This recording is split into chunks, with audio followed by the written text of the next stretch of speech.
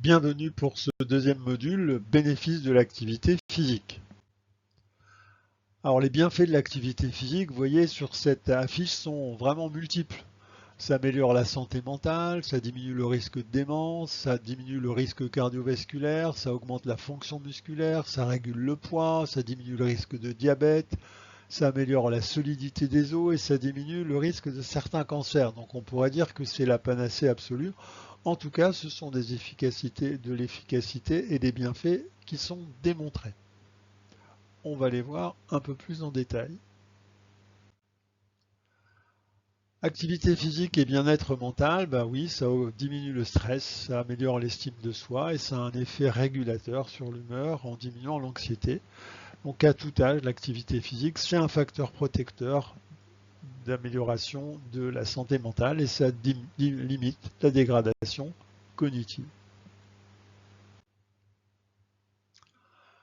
L'activité physique et le bien-être physique, bah oui, ça accroît la force musculaire, ça contribue au développement ou au maintien du capital osseux, ça conserve une bonne souplesse et un équilibre avec une meilleure coordination des mouvements, donc ça diminue le risque de chute chez les seniors. Ça renforce les capacités cardiaques et respiratoires, ça prévient la prise de poids excessif, ça améliore la qualité du sommeil et lors de la grossesse, l'exercice physique adapté permet de réguler la prise de poids, donc c'est pas du tout contre-indiqué comme on le pensait à une certaine époque. Être actif pour mieux dormir, un effet réparateur du sommeil, quand on a un exercice physique régulier, la durée totale du sommeil et la qualité du sommeil est meilleure. On dort mieux probablement parce qu'il y a un effet régulateur de la mélatonine, qui est l'hormone qui régule les cycles veille-sommeil, ça réduit l'anxiété et le stress. Et il y a des hormones telles que l'endorphine, la dopamine ou l'adrénaline, qui sont des hormones de l'éveil, qui ont un effet anti-stress et qui permettent d'avoir une meilleure alternance veille-semaine chez les sportifs.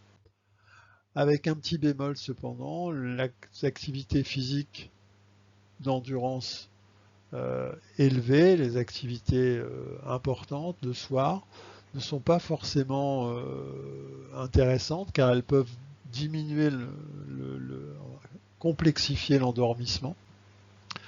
En augmentant la température centrale, c'est vrai que ça augmente aussi les difficultés d'endormissement. Donc les activités d'intensité élevée le soir, c'est pas forcément la panacée, sauf si on peut pas faire autrement. En plus du bien-être physique et psychique qu'on a vu, l'activité physique permet de prévenir ou d'aider à mieux traiter de nombreuses maladies et on va le voir un peu plus en détail maintenant. Sur les maladies cardiovasculaires, l'activité physique, vous le savez, la réadaptation cardiovasculaire pour les patients qui ont des antécédents d'AVC, des maladies coronariennes ou d'artériopathie des membres inférieurs, c'est connu, ça améliore, ça diminue le risque cardiovasculaire et ça prévient le risque de complications de ces patients si une maladie cardiovasculaire est déjà présente. Ça diminue aussi le risque de développer les cancers, notamment les cancers du côlon, du sein, de la vessie, de l'œsophage et de l'endomètre, en prévenant également le surpoids qui lui-même est un facteur de risque de cancer. Et pour les patients qui sont traités pour un cancer, l'activité physique est également bénéfique. Et ça a été démontré, la pratique d'une activité physique adaptée, ça augmente le risque, l'espérance de vie et ça réduit le risque de récidive. Obésité et diabète, obésité, diabète et inactivité physique, c'est un cocktail explosif. Donc bien évidemment, l'activité physique permet de réduire le surpoids de l'adulte et de l'enfant. Donc ça va avoir un effet important pour limiter le risque de voir apparaître un diabète chez les sujets à haut risque. Et puis lorsque le diabète existe, ça va diminuer le risque de complications vasculaires en améliorant l'équilibre glycémique. Donc il faut convaincre les diabétiques d'avoir une activité physique régulière. L'activité physique prévient l'ostéoporose, notamment chez la femme ménopausée, en réduisant le risque de fracture du col fémoral. Donc, allez-y, mesdames.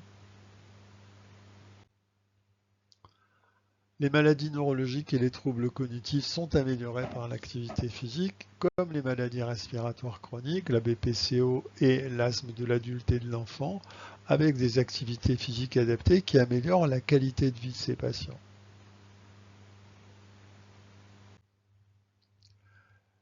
Et donc en conclusion, en pratiquant une activité physique modérée, 3 heures par semaine, ou une activité physique d'intensité élevée, 3 fois 20 minutes par semaine, on diminue d'un peu moins d'un tiers le risque de décès prématuré. Donc c'est quand même extrêmement motivant pour se mettre à avoir une activité physique régulière avec tous ces effets bénéfiques.